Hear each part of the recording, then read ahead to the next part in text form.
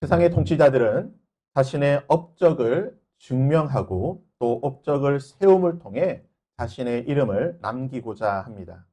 그래서 보통은 세 가지 이 범주에서 업적을 세우게 되는데요. 첫 번째는 대규모 토목이나 건축물을 세움을 통해, 두 번째는 영토를 확장하고 또 여러 정복 전쟁을 통해서, 마지막 세 번째는 법과 제도 또는 문화를 통해서 자신의 업적을 남기게 됩니다. 뭐 여러 역사적 사례가 있겠지만 우리가 간단히 살펴보게 되면요. 건축이나 또는 도시 건설 같은 그런 기념비적인 업적을 세우는 것은 상대적으로 좀 쉽고 또 일반적인 방법입니다. 중국의 진시황은 만리장성을 건축해서 천하통일에 대한 자신의 업적을 알렸습니다. 인도의 무굴 제국 샤자한이라고 하는 그 황제는 타지마할, 우리가 많이 보는 건축물이죠. 타지마할을 건축해서 자신의 권력을 또 보여주었습니다. 그리스와 로마의 왕들은 도시를 건축할 때에 자신의 이름이나 또는 가족, 아내나 자녀의 이름을 따서 지음을 통해 자신의 업적을 남기고자 하였습니다. 또 정복 전쟁이나 영토 확장은 어떻게 보면 이제 군사적인 업적이라고 할 수 있는데요. 넓은 영토만큼 자신의 이름을, 지도자로서 자신의 이름을 남기는 것은 굉장한 영광이라고 할 수가 있습니다. 헬라 시대 알렉산더, 그리고 몽골의 징기스칸, 우리나라의 고구려 시대의 광개토 대왕, 이들은 막대한 영토를 확보함으로써 자신의 업적을 남기게 된 것입니다. 마지막으로 법과 제도 또는 문예 부흥, 르네상스를 통해서 또 문화적인 이런 업적을 남기기도 합니다. 국가의 시스템을 정비해서 문명화된 통치자라고 하는 업적을 남겨주는 것이 어떻게 보면 후세에 가장 오랫동안 영향력을 주는 것인데요. 바벨로니아의 함무라비 대왕, 이 함무라비 법전을 남겼습니다. 로마 제국의 유스티니아누스 1세가 남겼던 로마 대법전, 또 조선시대 세종대왕이 남겼던 한글, 이런 것들은 여전히 오늘을 살고 있는 우리에게도 여전히 영향력이 있는 업적이라고 볼 수가 있습니다. 이처럼 통치자들은 업적을 통해 자신의 이름과 명성을 남기게 됩니다. 이것이 자칫 잘못하면요, 업적병이라고 하는 어떤 심각한 어떤 국가적인 세계적인 문제가 될 수가 있는데요. 대표적인 케이스가 지금 트럼프라고 볼 수가 있습니다. 여러 정치 평론가들은 이 트럼프에 대해서 이 업적을 남기고자 하는 어떤 그런 병에 걸린 말기 환자다라고 부르고 있습니다. 업적을 남기려고 하다 보니까 무리해서 여러 가지 일들을 벌이게 되고, 또 미국 국내뿐만 아니라 세계적으로도 지금 굉장히 어려움과 위험에 빠뜨리고 있는 것을 보게 됩니다. 우리나라 대통령들도 여기에서 자유로울 수는 없죠. 5년이라고 하는 짧은 통치 기간 동안 업적을 남기려 하다 보니까 무리한 정책들이나 여러 가지 일들을 하게 되는 것입니다. 여러분, 사람은 업적을 통해서 자신을 증명하고 또 보여주고자 합니다. 하지만 예수님은 기적과 말씀을 통해서 자신을 증명하시고 또한 자신을 우리에게 보여주고 계십니다. 오늘부터 7주 동안 이 요한복음에 기록되어 있는 예수님의 표적 그리고 말씀을 통해서 여러 신학자들이나 또는 다른 사람들이 말한 것이 아닌 예수님께서 본인에 대해 무엇이라고 말씀하고 계신, 본인 스스로 밝힌 내가 누구인지에 대한 그 진리를 우리가 살펴보고자 하는 것입니다. 신약 성경에는 모두 4개의 복음서, 흔히 말하는 사복음서라고 하죠. 우리가 지금까지 살펴보았던 마태, 마가, 누가, 그리고 오늘부터 살펴볼 요한에 이르기까지 4명의 사도 또는 제자들이 기록한 복음서가 있습니다. 그 중에 마태, 마가, 누가는 이제 공관 복음이라고 합니다. 공관, 공통의 관점으로 기록했다는 것입니다. 마태는 왕이신 예수님, 마가는 종이 되신 예수님, 누가는 인자가 되신 예수님. 좀 관점은 다른 것 같지만 이것을 표현할 때 썼던 여러 가지 사건, 기록 또는 기적, 말씀들이 대체로 비슷합니다. 그래서 마태, 마가, 누가는 비슷한 기적들, 비슷한 말씀들이 기록이 되어 있습니다. 그래서 마태, 마가, 누가를 공관복음이라고 부릅니다. 하지만 요한복음은 이 공간복음과는 조금은 결이 다릅니다. 공간복음에 기록되어 있는 많은 기적들과 사건들을 요한복음에서는 과감하게 생략하고 있습니다. 그리고 예수님의 말씀과 설교에 대해서 더 많은 기록들을 남기고 있고, 특별히 공간복음에는 없는 요한복음에만 있는 특별한 기적들을 기록하고 있습니다. 처럼 요한이 요한복음에만 이런 특별한 사건들 또는 예수님의 말씀, 기적들을 기록한 이유가 무엇일까요? 예수님께서 사랑하셨던 제자라고 불리는 요한이 자신만의 특별한 이러한 기록들을 남긴 이유가 무엇인가? 요한복음 20장 30절과 31절에 보면 사도 요한이 자신이 요한복음을 기록한 이유를 이렇게 설명합니다. 예수께서 제자들 앞에서 이 책에 기록되지 아니한 다른 표적도 많이 행하셨으나 많은 것들을 남기셨으나 오직 이것을 기록함은 너희로 예수께서 하나님의 아들 그리스도이심을 믿게 하려 함이요 또 너희로 믿고 그 이름을 힘입어 생명을 얻게 하려 함이라. 그래서 사도 요한은 예수께서 행하신 일이 이외에도 많으니 만일 낱낱이 기록된다면 이 세상이라도 이 기록된 책을 두기에 부족한 줄 아노라. 우리가 부르는 찬송가의 가사처럼 하늘을 두루마리 삼고 바다를 먹물 삼을지라도 다 기록할 수 없는 그 예수님의 기적과 말씀들 중에서 저런 몇 가지만, 특별히 7개의 표적과 7개의 설교를 기록한 이유는 이것들을 통해서 예수님이 누구이신지, 즉 하나님의 아들 그리스도이심을 보여주기 위해서, 그리고 이 믿음을 통해서 구원과 영생을 얻기 위해 이것을 기록했다는 것입니다. 그래서 정리를 하면 요한복음에 기록되어 있는 기적과 말씀은 그것을 읽는 독자를 통해서 예수님께서 하나님의 아들이심을, 기름 부음 받은 그리스도 메시아이심을 믿게 하고 그 예수를 믿음으로 말미암아 구원을 얻게 된다는 것입니다. 또 우리가 예수님을 처음 믿을 때, 신앙생활을 처음 할 때 가장 먼저 읽으라고 권유하는 성경책이 바로 요한복음입니다. 물론 다른 성경책을 우리가 다 권유하기도 하지만 특별히 요한복음을 좀 먼저 읽으십시오. 요한복음을 좀 많이 읽으라고 권면하는 이유가 바로 이런 이유 때문에 그렇다는 것입니다. 우리가 요한복음을 볼 때에 우리가 앞으로도 뭐 7주 동안 계속 그렇겠지만 또 여러분이 앞으로 요한복음을 읽으실 때에 이 한 가지 사실, 이건 색안경이라고 할까요? 이 관점을 가지셔야 됩니다. 예수님은 하나님의 아들이시다.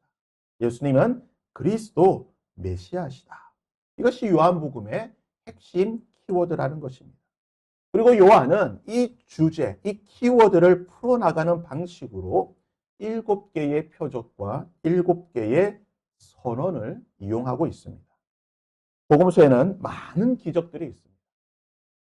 일반적으로 기적이라고 할 때에 성경은 헬라어로 두 단어, 두나미스 또는 테라스라고 하는 단어를 써서 예수님의 기적을 설명하고 있습니다. 이제 영어로 이것을 번역할 때는 미라클이라고 하는 단어를 쓰게 되는데요.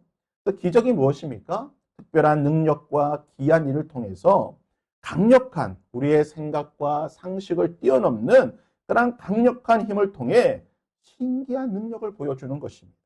이 초자연적인 하나님의 은혜, 하나님의 능력, 하나님의 나라를 사람들이 경험하는 거예요. 그래서 우리가 이것을 볼 때에 기적이다라고 부르게 되는 것입니다. 근데 요한복음은 기적이라는 단어도 쓰긴 하지만 기적이라는 단어 대신에 표적이라고 하는 단어를 쓰게 됩니다.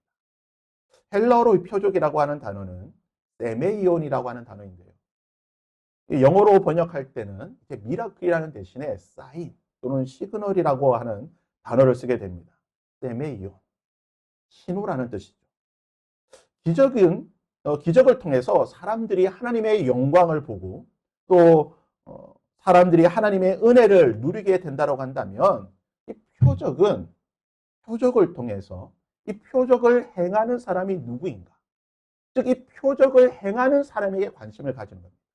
기적은 기적을 받는 사람들에게 관심이 있다고 한다면 표적을 행하는 사람에게 관심이 있다는 것입니다. 아마 이렇게 비유를 하면 조금 우리가 쉽게 이해를 할 수 있을 것 같은데요. 기적은 전체, 무대 전체를 비추는 화려한 조명이라고 생각할 수가 있습니다. 어떤 무대가 있으면 그 무대 공간을 전체적으로 밝게 비추는 조명이 있습니다. 그러면 그 조명 아래에는요, 무대 위에 있는 연기자들도 보이고요, 또 객석에 있는 그 관중들도 보이고요, 모든 자들이 다 보이게 됩니다. 근데 그 조명이 꺼지고 무대 위에 있는 그 연기자들만 비추어주는 이제 핀 조명이라고 하죠. 그 무대 위에 있는 주인공만 집중적으로 비춰주는 조명이 있습니다. 그 조명은요, 오직 그 한 사람만 보여주는 겁니다. 그러니까 다른 사람들이 아니라 그 한 사람만 집중적으로 그 사람이 누구인가, 주인공이 누구이고 주인공이 무엇을 하고 있는지를 보여주는 것입니다. 이것이 표적이라는 것이죠. 그리고 표적이라고 하는 것은 반드시 그 표적의 의미를 설명하는 예수님의 설교가 나오게 됩니다. 헬라어로 이것을 이제 에고 에이미, 영어로는 I am이라고 합니다. 나는 누구다. 나는 누구누구다. 라고 예수님께서 말씀하시게 됩니다. 즉, 이 표적을 행하시고 난 뒤에 예수님께서는 이 표적을 행한 사람이 누구냐? 바로 난데, 이 표적이 어떤 의미로 내가 이것을 행하였는지, 내가 누구인지를 선언하고 계시다는 거예요. 또 표적을 통해서 예수님은 자신을 증명하시고, 이 선언을 통해서 자신을 확증해 주시는 것입니다. 요한복음에는 모두 7개의 표적이 있고, 그리고 당연히 7개의 표적을 설명하는 7개의 에고 에이미, 7개의 선언이 있습니다. 이것을 통해 하나님의 아들 예수 그리스도, 메시아, 그분이 누구인지를 보다 분명하고 정확하게 설명을 한다는 것입니다. 예수님께서 세례요한에게 세례를 받으시고 난 뒤에 광야에서 40일을 금식 기도하십니다. 그리고 나서 마귀에게 3가지의 시험을 받고 이 3가지의 시험을 다 이기시게 됩니다. 그리고 나서 예수님은 베드로, 안드레, 빌립, 나다나엘, 야고보, 요한 이들을 제자로 부르시게 됩니다. 예수님은 처음 부르신 그 제자들, 예수님 12명을 한꺼번에 부르신 게 아니고 이렇게 순서대로 부르셨는데요. 베드로와 안드레와 빌립과 나다나엘과 야고보와 요한을 부르시고 난 뒤에 이들과 함께 갈릴리 가나에 있던 혼인잔치에 가시게 됩니다. 초대를 받으셔서 가시게 되는데요. 이 가나 혼인잔치에 예수님의 어머니도 함께 가시게 됩니다. 자, 아마도 예수님의 어머니 마리아의 친척, 그러니까 예수님으로 보면 아마 외갓댁의 어떤 친척 중에 결혼식이 있어서 예수님이 제자들과 함께 청함을 받고 가시게 됩니다. 여러분, 잔치에서 중요한 게 뭘까요? 여러분, 잔치에서 중요한 거는요, 물론 잔치의 주인공들도 중요하지만 먹을 게 중요합니다. 결혼식이든 장례식이든 또는 생일이든 무엇이든 잔치 행사로 모일 때에 음식이 부족하다 또는 음식이 별로 맛이 없다 그러면 큰일 나죠. 욕을 먹습니다. 요즘 결혼식장에서 신랑 신부들이 아주 중요하게 체크하는 게 있어요. 물론 결혼식장이 예쁘고 아름답고 사진 잘 나오는 것도 중요하지만 결혼식장의 뷔페, 식사가 어떻는가 굉장히 중요하게 체크를 합니다. 저도 결혼식을 여러 번 많이 가게 되는데요. 결혼식 가면 물론 그 결혼식장이 어떻다 이런 기억들도 남긴 하지만 제일 많이 기억에 남는 거는요. 그 결혼식장 뷔페가 맛이 있다, 맛이 없다로 기억이 납니다.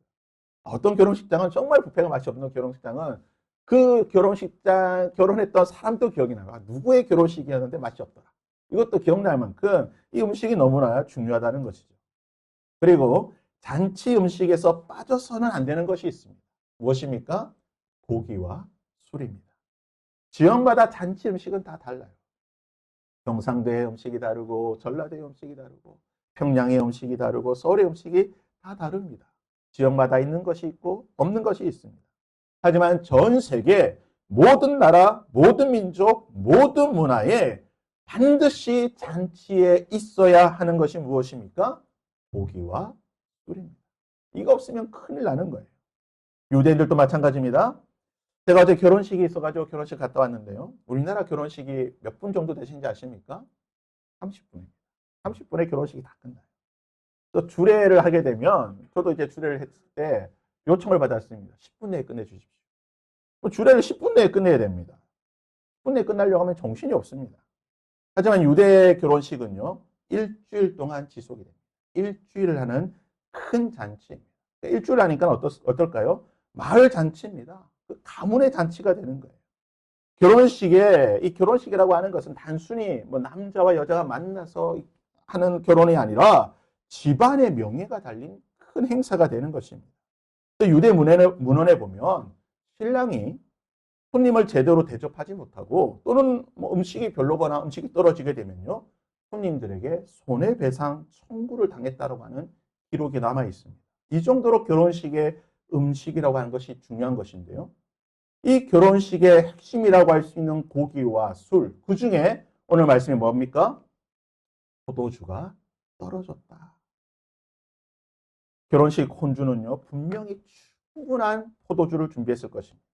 근데 아마 예상보다 더 많은 사람이 왔던지, 또는 이 포도주가 너무 맛있으니까 뭐 사람들이 많이 마셨겠죠. 아무튼 지금 준비한 포도주가 다 떨어졌습니다. 비상사태죠. 가장 큰 문제가 생겼습니다. 이걸 해결할 방법은요, 두 가지입니다. 무엇입니까? 첫 번째는 포도주를 새로 담그는 것입니다. 아니면 포도주를 사오면 되는 것입니다. 근데 포도주를 새로 담그기에는 시간이 너무 부족하죠. 뭐 포도주가 담궈서 바로 나온 것이 아니니까. 또 새로 사오기에는 가나라고 하는 마을이 그렇게 큰 마을도 아니고 그 마을에 있던 모든 포도주를 다 가져와도 충분한 양이 되지 않습니다. 결혼식을 하니까 미리 전부터 몇 달 전부터 준비를 하니까 충분한 양이 준비가 되지만 일반 가정집은 그냥 자신들이 일주일 정도 먹을지 아주 그냥 작은 용량밖에 있지 않으니까 이걸 뭐 사서 아무리 모은들 충분한 양이 되지 않는 것입니다. 도저히 해결할 방법이 없게 되자 예수님의 어머니 마리아가 예수님께 말합니다. 예수께서 저들에게 포도주가 없다. 포도주가 떨어졌다. 마리아가 말하는 거죠. 저들에게 포도주가 없다 하니 이 집에 포도주가 떨어졌다는 거예요. 예수님에게 이걸 좀 해결해 달라고 예수님의 어머니 마리아가 요청을 하게 됩니다. 어머니 마리아의 요청을 받은 예수님의 답변입니다. 예수께서 이르시되 여자여 나와 무슨 상관이 있나이까? 내 때가 아직 이르지 아니하였나이다. 아니 어머니를 향해서 여자여 그리고 내가 지금 이게 나와 무슨 일이 있습니까? 라고 말하고 있는 것입니다. 여러분 어떻습니까? 느낌이 어떻습니까? 상당히 무례하죠. 어머니를 향해서 여자라고 부르고 지금 이 집 포도주 떨어진 거랑 나랑 무슨 상관이 있습니까? 라고 말하는 것처럼 아주 교만하게 말하는 것 같습니다. 근데 헬라어 원문을 보면 우리 성경에 조금 번역이 부족한데요. 헬라어 원문을 제가 읽어드리면 유나이티 엠모이 카이소이 무슨 말인지 모르시겠죠? 헬라어 표현으로는요 굉장히 정중하게 부르는 겁니다. 그러니까 여자여라고 하는 표현이 여자여 이게 아니라 굉장히 존중히 여기는 귀하게 부르는 호칭이고요. 그리고 나와 상관이 있나이까? 지금 포도주가 떨어진 것이 나랑 아무런 상관이 없다는 뜻이 아닙니다. TMO이 카이소이 이걸 직역하면요 무슨 말이냐? 나와 당신에게, 나와 어머니 당신에게 지금 무엇이 있습니까? 라는 말인데요. 좀 이해가 잘 안 되시죠? 이것은 이제 헬라어의 관용적인 표현입니다. 우리가 뭐 영어 공부할 때 뭐 관용구, 수고 배우듯이 관용적인 표현인데요. 이게 어떤 뜻이냐면 우리의 관심사가 다르다는 거예요. 어머니의 관심사가 다르고 나의 관심사가 다르다. 포도주가 없는 이 상황에서 어머니 마리아의 관심사와 나의 관심이 다릅니다. 마리아는 포도주가 떨어졌으니까 포도주를 채워서 결혼식이 망치지 않도록 하는 것이 관심사라고 한다면 예수님은 다른 관심사가 있다는 겁니다. 이 포도주가 떨어짐을 통해서 예수님은 다른 관심을 가지고 있는데요. 그 예수님의 다른 관심사가 무엇입니까? 11절 말씀에 예수께서 이 첫 표적을 갈릴리 가나에서 행하여 그의 영광을 나타내심에 그의 제자들이 믿었다라고 말하고 있습니다. 예수님의 관심이 무엇입니까? 포도주가 떨어져서 이 떨어진 포도주를 물로 포도주를 바꿈을 통해 결혼식이 무사히 마치는 것이 관심이 아니라 이 기적을 통해서 예수님은 제자들이 그를 믿게 하는 것이 관심이었다는 것입니다. 세례 요한의 제자로 있다가 예수님의 제자가 된 안드레, 그의 형제 베드로, 그리고 그들의 친구인 야고보와 요한, 그리고 가나 출신, 지금 이 결혼식이 있는 가나 출신인 나다나엘. 이들은 불과 며칠 전까지 예수님의 제자가 아니었습니다. 세례 요한의 제자였고 다른 사람의 제자였습니다. 그런데 그들은 며칠 전에 예수님의 부르심을 받고 예수님의 제자가 되었고 지금 예수님과 함께 있습니다. 지금 예수님의 제자가 된 그들에게 예수님은 내가 누구인지를 보여주셔야 되는 겁니다. 내가 지금 너희들을 제자로 불렀는데 제자로 부른 내가 누구인지를 예수님은 증명해 주어야 하는 것입니다. 그들에게 보여주어야 할 예수님, 그 예수님의 모습이 무엇입니까? 요한복음 1장인데요. 요한복음 1장에 보시면 안드레와 베드로와 빌립과 야고보와 요한과 나다나엘이 세례 요한의 제자로 있다가 예수님의 제자가 되는 과정을 기록하고 있습니다. 세례 요한의 말이죠. 내가 보고 그가 예수님이 하나님의 아들이심을 증언하였노라 하니라. 또 이튿날에 요한이 자기 제자 중 두 사람과 함께 섰다가 예수께서 거니심을 보고 말하되 보라 하나님의 어린 양이로다. 두 제자가 그의 말을 듣고 예수를 따르거늘 그 두 제자 중에 한 명이 바로 안드레인데 그가 먼저 자기 형제 시몬 베드로를 찾아가 말하되 우리가 누구를 만났다고요? 메시아를 만났다. 메시아는 번역하면 그리스도라.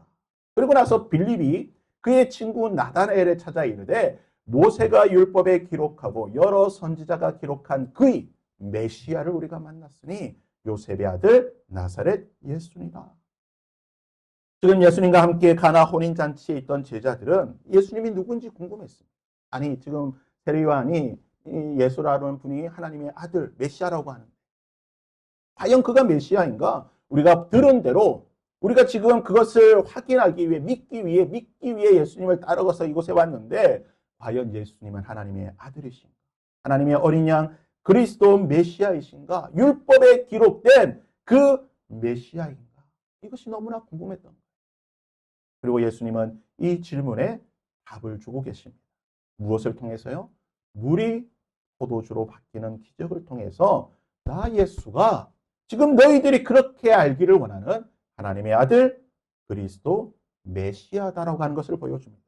그럼 물이 포도주가 되는 것이 어떻게 예수님께서 하나님의 아들 그리스도이심을 메시아임을 보여주는 표적, 기적이 되는 것입니까? 요한은요, 이 기적의 현장과 기적의 방법을 아주 자세히 기록하고 있습니다. 6절 말씀에 거기에 유대인의 정결 예식을 따라 두세 통 드는 돌 항아리 6이 놓여 있었다. 이 돌 항아리 6이 놓여 있었습니다.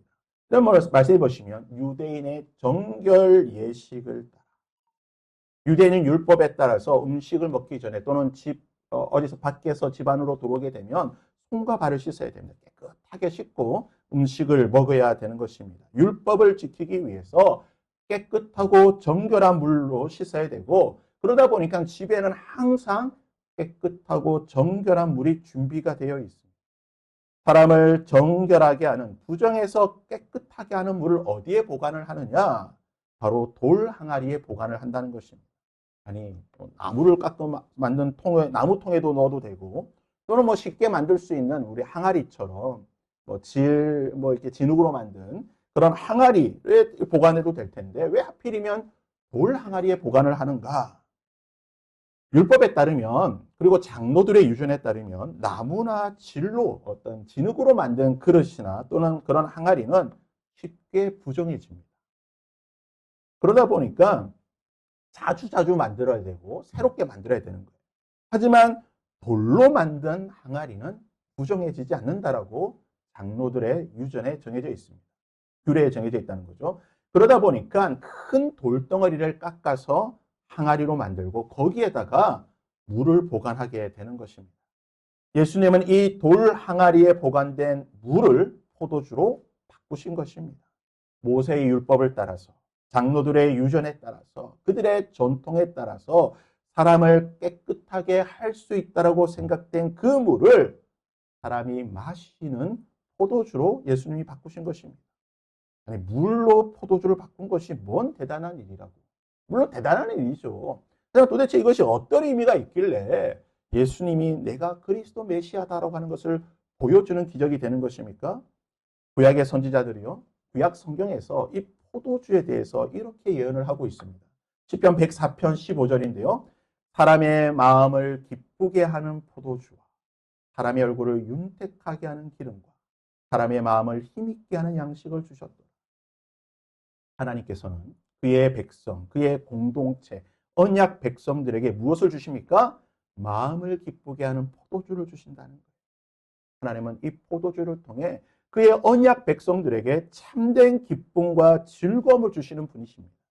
또한 이사야 25장 6절 말씀해 보시면 만군의 여호와께서 이 산에서 만민을 위하여 기름진 것과 오래 저장되었던 포도주로 연회를 베푸시리니 곧 골수가 가득한 기름진 것과 오래 저장하였던 맑은 포도주로 하실 것이다.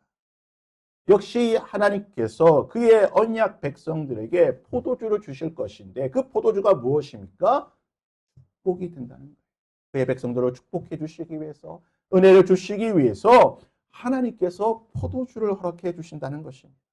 특별히 아모스 9장 13절에 보시면 여호와의 말씀이라. 보라 날이 이럴지라. 메시아가 임하는 그날에, 메시아께서 통치하시는 그날에 그때에 파종하는 자가 곡식 추수하는 자의 뒤를 이으며 포도를 받는 자가 씨 뿌리는 자의 뒤를 이으며 산들은 단 포도주를 흘리며 작은 산들은 녹으리라. 메시아가 다스리시는 그 시대, 하나님의 메시아가 오는 그날에는 하나님의 언약 공동체에 무엇이 넘쳐흐르게 됩니까? 포도주가 넘쳐흐르게 될 것입니다. 하나님의 통치, 하나님의 주권, 하나님의 은혜가 이 포도주를 통해 백성들에게 임하게 된다는 것입니다. 또 구약 성경과 선지자들은 포도주를 단순히 술이라고 말하지 않습니다. 포도주는요, 새로운 언약 공동체가 누리게 될 하나님의 축복인 것입니다. 메시아를 통해서 주실 하나님의 새 공동체, 새 이스라엘, 새 백성들에게 주시는 하나님의 위로며 하나님의 은혜며 하나님의 언약이고 메시아를 통해서 주시는 하나님의 축복이라는 것입니다. 그래서 예수님께서는요, 가나 혼인잔치에서 마리아는 단순히 잔치에 포도주가 떨어졌으니까 이 문제를 해결해 달라고 했지만 예수님은 먹고 마시고 취하는 포도주가 아니라 새 언약의 축복, 그의 백성, 그의 제자들, 새 언약의 공동체에게 하나님이 주시는 새로운 축복에 대해서, 새로운 언약에 대해서 말씀해 주고 계시는 것입니다. 무엇을 통해서요? 돌 항아리에 담긴 그 물을 통해서, 그것이 포도주로 바뀜을 통해 옛 언약, 옛 정결법, 옛 전통이 아니라 메시아인 예수 그리스도를 통해 새롭게 바뀐 그 포도주를 통해, 새 언약을 통해 하나님께서 주시는 참된 정결함을 얻을 수 있다라고 말하는 것입니다. 제가 아주 단순한 질문을 하나 드려보겠습니다. 포도주는 무엇으로 만듭니까?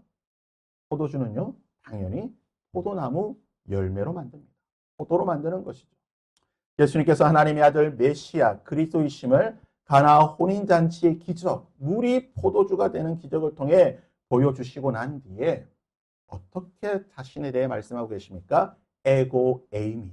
무엇이라고 말합니까? 15장 1절이죠. 나는 참 포도나무다. 예수님은 참 포도나무가 되십니다. 참 포도나무 되신 예수님께서 주시는 그 포도주가 새 포도주라는 거예요. 참 포도나무 되신 예수님이 주시는 그 새 포도주를 마시는 자만이 하나님의 새 언약의 백성이 되는 것입니다. 새로운 하나님의 나라의 백성이 될 수 있다는 것입니다. 이제는 더 이상 돌 항아리에 담겨있는 그 물을 씻음으로 정결해지고 하나님의 백성이 되고 하나님을 만날 수 있는 것이 아니라 예수님이 주시는 새 포도주, 그 포도주를 통해서 정결함을 받고 깨끗해지고 하나님께 나아갈 수 있고 하나님의 공동체가 될 수 있다는 것입니다. 그러기에 예수님께서는요, 마태복음 26장에서 성찬식을 제정하시면서 이렇게 말씀하고 계십니다. 또 잔을 가지사 감사기도 하시고 그들에게 주시며 이르시되 너희가 다 이것을 마시라. 이것은 죄 사함을 얻게 하려고 많은 사람을 위하여 흘리는 바 나의 피 곧 언약의 피니라. 우리가 매월 첫째 주 성찬 예식에서 마시는 그 포도주는 단순한 포도주가 아니라는 것입니다. 참 포도나무이신 예수 그리스도의 피로 세워진 새 언약이라는 것입니다. 우리는 더 이상 돌 항아리의 물로 깨끗해지는 사람이 아니라 예수 그리스도의 보혈, 그 새 포도주로 깨끗함을 받는 사람이 되는 새 언약의 백성이라는 것입니다. 사랑하는 여러분, 오늘 우리는 세상의 통치자들과 전혀 다른 방식으로 자신을 증명하고 계신 예수님에 대해 살펴보았습니다. 세상의 왕들은 무리하게 성을 쌓기도 하고요. 땅을 넓히기도 하고요. 자신의 이름을 새긴 무언가를 남기기도 하고요. 또는 어떤 문화적인 것을 남김을 통해 자신에게 업적을 남겼다라고 자랑을 합니다. 그러나 우리 예수님께서는요, 이런 세상의 업적과는 전혀 무관하신 분이십니다. 예수님은 돌 항아리에 그 낡았던 그 물, 옛 물을 새 포도주로 바꾸는 이 표적을 통해서 자신이 누구이신지, 메시아이심을, 하나님의 아들이심을 전 세계에, 온 천하에 분명하게 보여주고 계십니다. 그리고 오늘 말씀을 통해 이렇게 선언하고 계십니다. 나는 참 포도나무다. 여러분, 이 선언은요, 오늘을 살아가고 있는 저와 여러분에게 너무나 중요한 선언인 것입니다. 우리는 세상의 돌 항아리를 채우려고 얼마나 노력하고 있습니다. 이런 우리를 향해서 참 포도나무 되신 예수님께서는 이렇게 말씀하고 계십니다. 나는 포도나무요, 너희는 가지라. 그가 내 안에, 내가 그 안에 거하면 사람이 열매를 많이 맺나니 나를 떠나서는 너희가 아무것도 할 수 없습니다. 우리는 자꾸 그 가나 혼인잔치에 있던 그 돌 항아리에만 집착을 하려고 합니다. 내가 이렇게 열심히 살았습니다. 내가 이렇게 율법적으로, 말씀대로, 도덕적으로 깨끗하게 살려고 노력했는데, 내가 이만큼 내 힘과 내 노력으로 내 삶을 거룩하게 살아왔다라고 우리는 자꾸만 나의 의, 내 노력, 내가 했던 그것으로 항아리를 채우려고 노력하고 있는 것입니다. 하지만 기억하시길 바랍니다. 그 항아리의 물로는 어떤 것도 해결할 수가 없습니다. 나를 떠나서는 너희가 아무것도 할 수 없다라고 말하고 있는 것입니다. 참 포도나무 대신 예수 그리스도, 그분과 함께 있을 때, 그분에게 붙어 있을 때에, 그분이 주시는 포도주를 먹고 마실 때에 우리는 모든 것을 할 수 있다라고 말하고 있는 것입니다. 오늘도 주님은 내 안에 거하라고 말씀하고 계십니다. 참 포도나무 된 내 안에 붙어 있으라고 말하는 것입니다. 우리가 십자가에서 흘리신 그 예수 그리스도의 그 언약의 피, 새 포도주를 누릴 때에, 그 피가 우리 가운데 있을 때에 우리는 완전한 죄사함을 얻고 참된 기쁨과 구원의 즐거움을 누리게 되는 것입니다. 바라기는 이번 한 주 여러분의 삶의 그 자리에서 세상의 왕들처럼 나의 힘과 나의 노력으로 나를 증명하라고 하지 마십시오. 하나님 앞에서 내가 하는 모든 것들은 어떠한 증명도 될 수가 없습니다. 하나님이 보시는 것은 바로 예수 그리스도의 보혈, 참 포도나무 대신 예수 그리스도에 붙어있는 우리를 보고 계시다는 것입니다. 이번 한 주 예수님께 더 붙어있는 여러분이 될 수 있기를 바랍니다. 예수 그리스도가 주시는 그 새 포도주, 그분이 주시는 참된 기쁨과 즐거움을 누릴 수 있는 저와 여러분이 될 수 있기를 주님의 이름으로 드립니다. 함께 찬양으로